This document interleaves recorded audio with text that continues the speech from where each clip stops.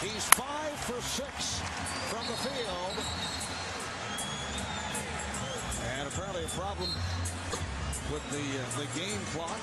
Did they give him a 2 or 3 on that? You know, Frank Hamlin, the one assistant for the Lakers, saying that was a 3-point shot, so I think they now have given him a 3.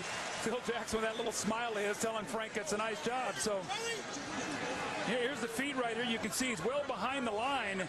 So that's a good call by the officials. Joey Crawford, you see his eyes right down on the target there, so that's a good call. So Fox has 15 points, and we're just early second quarter. Lakers now lead 28-24.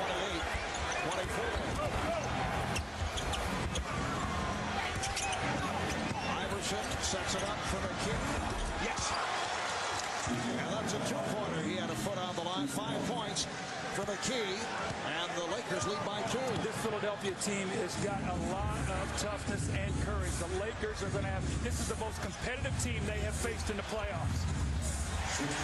Shaq feeling some contact. Able to go glass. Shaquille O'Neal has 9, and the Lakers are up by 4. Tumbo. Dikembe with a sweeping hook over Shaquille O'Neal. Dikembe wants a few more touches in that post, coach. He said, bring it to me. I'm guarding Shaq. Make him guard me a little bit. Lakers with a 30-28 lead. And Shaq able to squeeze his way inside to draw the foul. It's on Hill, who came over to help. Well, Phil Jackson has said that this series is going to be determined by this spot right here. Down in the post, these two big men. Shaquille O'Neal with the great footwork. A nice shot off the glass. And then Dikembe follows it up, and he has done a nice job offensively in the first 3 series. People felt like that maybe in this series he wouldn't be as effective against Shaq, but you still got to throw him the ball down there and make Shaq defend. Matt Geiger has come on, joining Dikembe Mutombo on the front line. Matt Geiger's minutes have been limited, coming back from that tear of the right quadricep. You know, Mark, one of the things we haven't talked about the entire playoffs is Shaq's free throw shooting. They have been so dominant, and it hadn't even mattered. It'll be interesting to see what happens tonight if the game is close. Would free throw shooting play into this tonight? But we have not seen it all because the Lakers have been so dominant. We have, as a result, not seen the hackish Shaq policy. Raja Bell got caught in midair, and the Lakers will get it back. Phil Jackson now has a backcourt of Brian Shaw, Kobe Bryant. Robert Horry is up front with Rick Fox and Shaquille O'Neal. Oh, the steal by Bell. Here's Roger Bell. And he'll head to the line. Roger Bell signed a 10-day contract back in early April. He was playing in the CBA. Game 7 against Milwaukee on Sunday, 9 minutes, 4 for 6 from the field, 10 points, all in the second quarter. Kobe thought he was fouled. Mark, the strategy is very simple for Philadelphia. They are pressuring the basketball. They are making Kobe work there up the floor.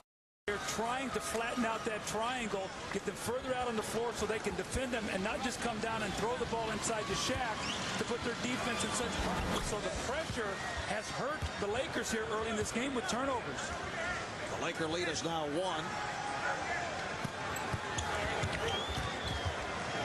I thought they were a little shaky at the start. You mentioned the high energy, but after seeing near perfection against San Antonio, it looks strange for the Lakers to give up the basketball. Well, see, San Antonio didn't have the kind of speed to get out and do that. They had to play a very soft defense, and Kobe punished them. Oh, the adjustment by Kobe Bryant, but he came up short. Good save by Mutombo. Bullet pass thrown by Iverson. Here's Iverson. Oh, broken up by Mutombo. The save by Iverson. A careless pass there again. Laker turnovers. When they get themselves in trouble, they don't get shots at the basket. Iverson working his way. Mutombo on the follow. Now there's the Iverson effect. He drove and 3 guys came over to him. Mutombo went right to the boards. Offensive rebounds critical for Philadelphia. The 76er team fighting its way back, down by as many as 13. Shaq, nice follow. Brian Shaw providing the one-point lead for the Lakers. When teams like to go to the offensive boards, Mark, you can run on them if you'll rebound the ball, and that's what Philadelphia has done here in this first half. Matt Geiger, who does have the good touch, able to hit the baseline jumper against O'Neal, and the Sixers lead by 1. Robert Horry backs to three-point territory. Robert Horry has been a huge playoff performer during the course of his career. Horry said the other day he will not be opting out of his contract, which has 2 years remaining here with the Lakers. He has a feeling he'd like to sign with Houston, his former team. His family lives in Houston year-round. Geiger once again. Robert Horry's wife, Kiva, gave him the okay to stay in Los Angeles. She said, you know, those Laker championship bonus checks come in handy. I like that. Here's Brian Shaw getting the stay. Dikembe just does not want to leave Shaquille O'Neal, so they get him involved in a screen and roll. Shaw turns the corner, nobody back there to give help because he's so concerned about Shaq.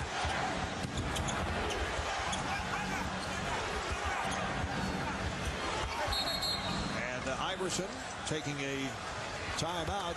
Iverson upset. He thought he had a baseline move open, but the timeout was called from the bench. Well, Robert Horry, 9 of 34 in the playoffs. He buries this one, and Matt Geiger, a guy who has been hurt and really has not contributed much, has stepped forward, and he's hit 2 jump shots. And Brian Shaw, a guy that has had timely baskets throughout his career. Remember last year against Portland in Game 7, he drives to the basket. So the role players creating a little havoc here now in the game as the Lakers lead by 2. The NBA on NBC is brought to you by Nissan, driven by the smooth, satisfying taste of Michelob Light, beer or Michelob Light. By McDonald's, we love to see you smile. And by Dr. Doolittle 2, Eddie Murphy is back, June 22nd, only in theaters.